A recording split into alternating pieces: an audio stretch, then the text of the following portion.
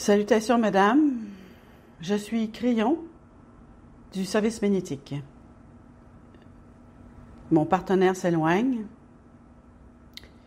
Depuis des années maintenant, nous nous adressons aux dames d'un groupe spécifique. Et quand le groupe a démarré, on ne comprenait pas ou on ne savait pas vraiment où cette organisation particulière pourrait mener. Il y a une évolution en cours et l'évolution est vraiment celle du rôle de la femme dans cette nouvelle énergie. Grâce à Méléa, il y a eu une prise de conscience de la direction à prendre, ou du moins de la manière dont cela devait commencer et démarrer. Elle avait également une connaissance de ce que nous appellerions l'implantation akashique, un nouveau mot que nous commençons à utiliser, mais que la sororité connaît parfaitement. En résumé, la nouvelle énergie sur cette planète est celle qui favorise l'évolution de la conscience humaine, et alors que la conscience humaine commence à évoluer, il y a de nombreuses prises de conscience qui sont également rappelées depuis l'enseignement fondamental de la Lémurie. Comment cela pourrait-il se produire autrement, mes chers? Lorsque vous commencez une évolution de la conscience, c'est différent d'une évolution de la biologie qui demanderait beaucoup d'incarnations. La biologie est comme ça. Il faut un temps très, très long pour passer d'une chose à une autre, même si l'environnement le provoque. Mais en ce qui concerne la conscience, elle doit avoir une sorte de texte ou un puits de mémoire. Des manuels peut-être, l'oralité peut-être, cela doit être extrait de quelque part. Cela ne peut pas se produire intuitivement. Et je veux que vous réfléchissiez à cela. La conscience supérieure n'est pas quelque chose qui se produit simplement. Une espèce humaine en évolution doit donc s'appuyer sur quelque chose qu'elle a déjà vu et peut-être rejoindre la Lémurie, mes chers. Car la Lémurie est cette rampe de lancement de la vérité fondamentale que les Pléiadiennes vous ont apportée, et elle a été spécialement implantée dans ce qu'est la cache féminin. Et la raison pour laquelle nous l'avons dit auparavant, c'est que la femme est celle qui porte les outils de l'enseignement chamanique. Point final. C'est le rôle qu'elles ont joué sur la planète. Cela vient naturellement, même si elles enseignent à leurs propres enfants ou avec les patients qu'elles ont ou avec tout l'équipement pour lequel elles sont connues, avec leur intuition. Tout cela est utilisé spécifiquement pour enseigner ce qui est spirituel.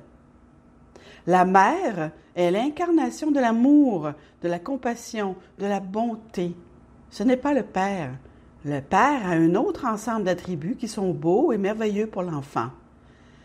Mais nous l'avons déjà dit, quand un adulte a des problèmes, il va voir maman. Et donc, il y a beaucoup de choses que nous commençons à enseigner qui sont peut-être légèrement différentes d'avant. L'une d'entre elles, je vais vous le dire, est une métaphore autour de la capacité à se guérir soi-même, ce qui relève vraiment du travail chamanique. Quand les membres d'une tribu indigène se tournent vers un guérisseur, c'est le chaman de la tribu, et bien souvent le chaman est là pour soigner la maladie. Par conséquent, toutes les choses dont cette tribu a besoin, pas seulement pour la prophétie destinée au chef de la tribu, mais bien souvent en passant la nuit avec ceux qui sont malades, en méditant ou en faisant appel à l'esprit pour aider celui qui est devant lui ou celle qui est devant lui. C'est ce que faisait le chaman. On pourrait dire que le chamaniste est plus que la sagesse de la vérité fondamentale, c'est aussi les outils pour savoir quoi faire pour les autres qui se trouvent en difficulté, en particulier pour la guérison. Il y a celles qui viennent pour cette canalisation précise à ce moment précis où elle est donnée. Et le sujet est la flamme violette. La flamme violette. Vous pourriez attribuer cela à un saint, Saint Germain, et pourtant, aucune de ces choses n'est vraiment ce qu'elle semble être. Si vous examinez les métaphores qui sont ici, vous constaterez, ou vous constatez tout de même, tout de suite que le terme flamme violette va de pair avec le saint. Maintenant, qu'est-ce que la sainteté et qu'est-ce qui a exigé de la sainteté dans le domaine où elle est donnée? Et la réponse est un miracle prouvé. Donc, tout de suite, vous avez un terme qui appartient à une entité qui fait des miracles. C'est donc un attribut miraculeux, n'est-ce pas? Ou il semblerait que ce soit le cas. Qu'est-ce que la rémission spontanée pour vous aujourd'hui? C'est un miracle. Commencez-vous à relier les points A à B.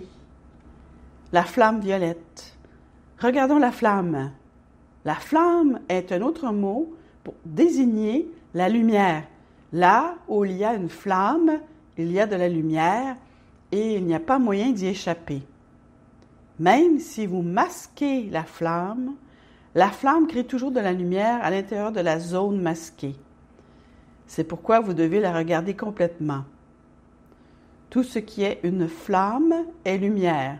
Qu'est-ce que la lumière pour vous, mes chers? C'est la conscience, c'est l'amour. C'est une métaphore pour sortir de l'obscurité, c'est la lumière. Le violet est une couleur utilisée presque exclusivement sur cette planète pour la royauté. Donc, vous avez l'idée d'une lumière royale. Qu'est-ce que la royauté? La royauté parle d'une lignée, n'est-ce pas? Mais pas d'une lignée de sang. Vous auriez donc une lignée de sang royal utilisant la lumière pour créer des miracles. Comprenez-vous cela? Et qui est celui qui peut faire ça, chère sororité? C'est un chaman, une chamane, bien avant les saints, qui a compris que sa lignée royale pouvait créer la lumière et la guérison. Et c'est vous, c'est toi. Celles qui investissent dans la conscience d'elles-mêmes dans cette sororité, celles qui comprennent qu'elles ont une lignée depuis la Lémurie, vous l'appelez une lignée de sang, mais ça n'en est pas une. Et c'est une lignée akashique et qui est encore plus puissante. Une lignée sanguine ne remonte qu'à un certain point.